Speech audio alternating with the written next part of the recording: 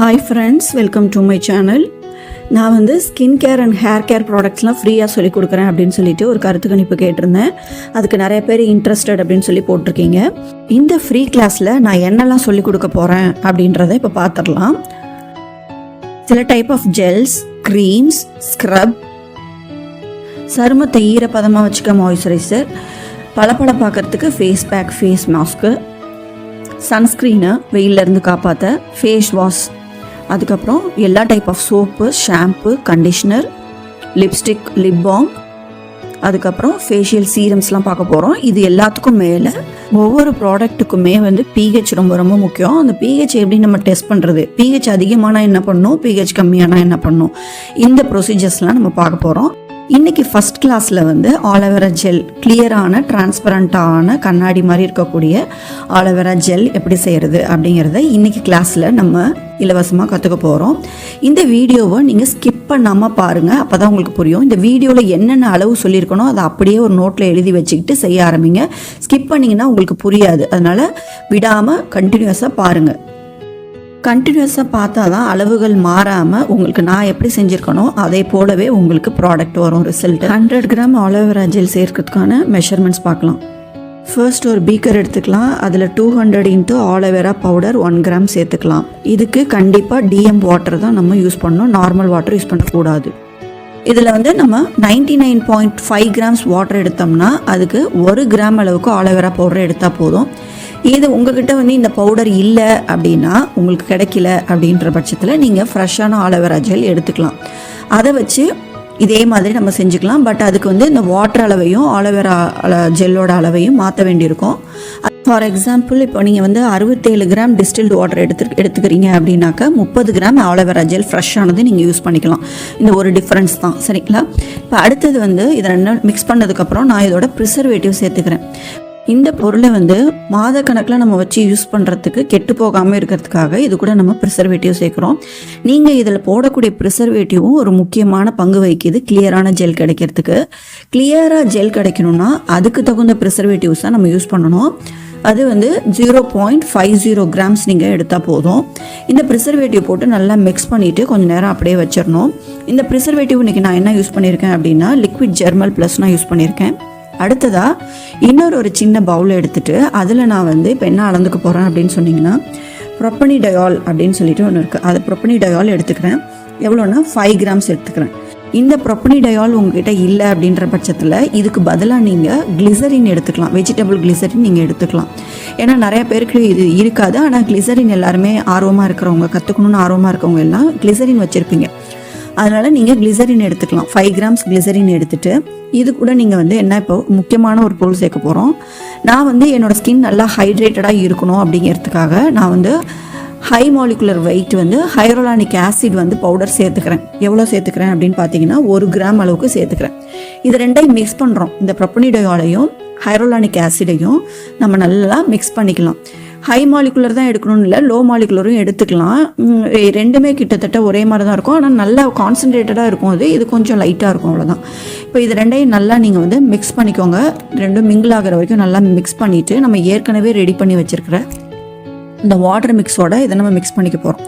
இதே ஸ்டெப்பில் நீங்கள் வந்து என்ன பண்ணணுன்னா, கிளிசரின் கூட நம்ம இந்த ஹைரோலானிக் ஆசிட் இல்லாதவங்க வந்து கிளிசரின் கூட என்ன சேர்த்துக்கணும், ஜாந்தம் கம் அப்படின்னு சொல்லிட்டு ஒன்று இருக்கும், டிரான்ஸ்பரண்ட்.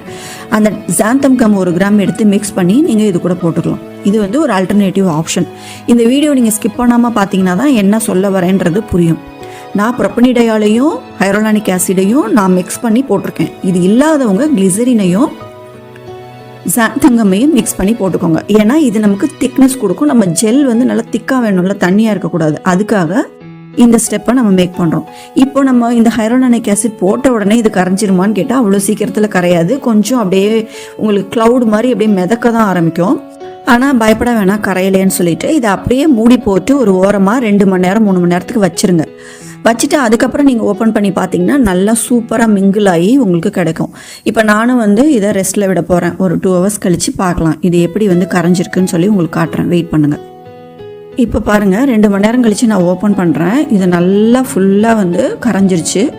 கரைஞ்சி எப்படி ஒரு சூப்பர் கன்சிஸ்டன்சியில் இருக்குது பாருங்கள். ஒரு மாதிரி இப்போது என்ன சொல்கிறதுனா, உங்களுக்கு தண்ணியாக இருக்காது, பார்த்தாலே தெரியும். ஆனால் தண்ணி கன்சிஸ்டன்சியில் இருக்காது, ஆனால் கொஞ்சம் திக்காக இருக்கும். அதை உங்களால் வந்து ஃபீல் பண்ண முடியும். அது வீடியோவில் தெரியுதா என்னன்னு தெரில, ஆனால் நேரில் நீங்கள் செஞ்சு பார்க்கும்போது உங்களுக்கு தெரியும். இப்போ இது கூட நான் வந்து ஒரு முக்கியமான பொருள் நான் வந்து சேர்க்க போகிறேன். அது என்னென்னா டீ. இதை ட்ரை எத்தனாலமைன் அப்படின்னு சொல்லுவோம். இதை நம்ம வந்து சில ட்ராப்ஸ் விட்டு பார்க்கணும். அப்படியே நம்ம வந்து ஒரு ஸ்பூனோ 2 ஸ்பூனோலாம் போட்டுறக்கூடாது.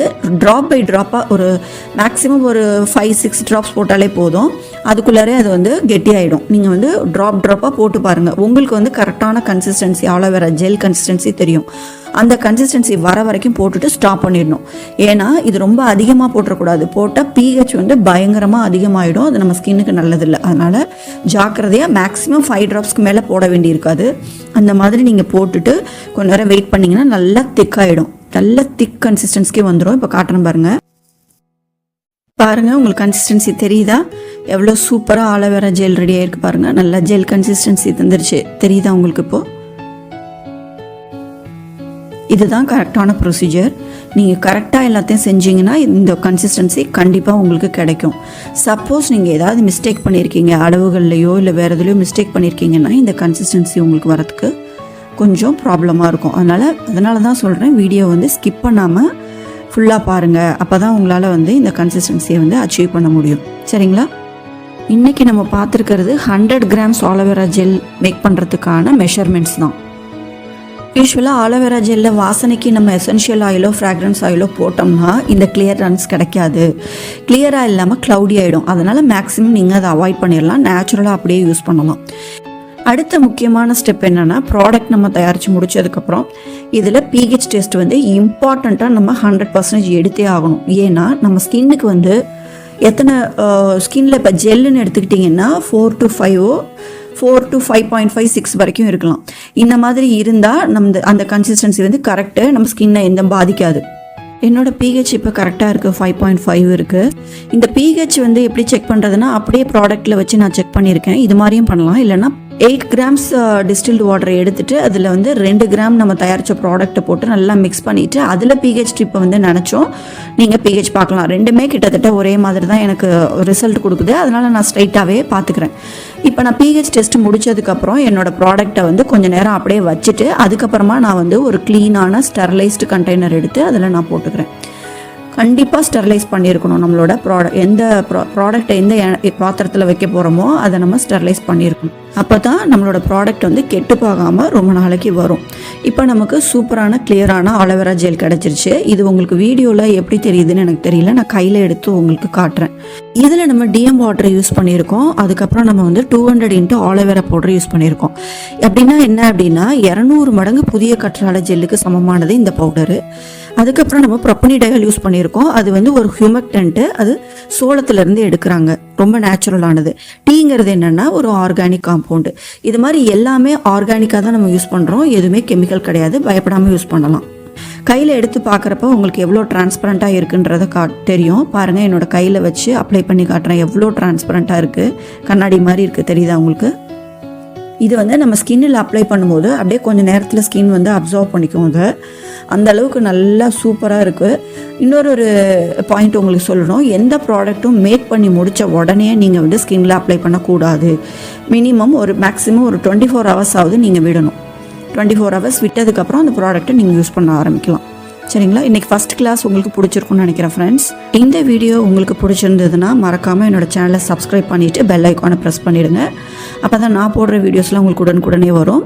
மேலும் இதே போல் அடுத்தடுத்த ஃப்ரீ கிளாஸில் நான் உங்களை சந்திக்கிறேன். இது உங்கள் ஃப்ரெண்ட்ஸ் அண்ட் ஃபேமிலிக்கும் ஷேர் பண்ணி விடுங்க ஃப்ரெண்ட்ஸ். இதே போல் சூப்பரான அடுத்த ரெசிபியோடு உங்களை நான் சந்திக்கிறேன். தேங்க்ஸ் ஃபார் வாட்சிங்.